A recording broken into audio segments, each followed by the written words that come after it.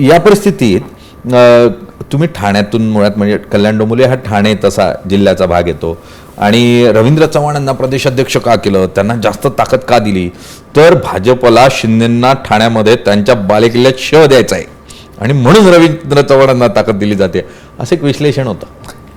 खरं तर हे ज्या पद्धतीने विश्लेषण होतं त्या पद्धतीने मला वाटतं का केलं जातं, कशासाठी केलं जातं हे मला माहीत नाही.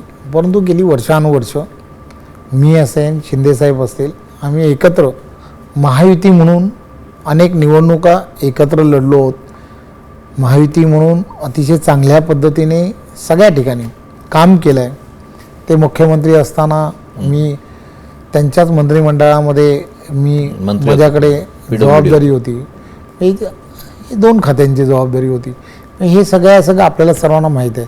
त्यामुळे असं कुठेही काही होत नाही आणि आम्हाला खात्री आहे की येणाऱ्या काळामध्ये सुद्धा की कधी कधी असं असतं की काही गोष्टी असतात पार्टी लेवलवरती किंवा पार्टीच्या मध्ये असणाऱ्या आणि प्रत्येक पार्टीच्या कार्यकर्त्यांना असं वाटतं की त्यांच्या पार्टीचा विस्तार झाला पाहिजे.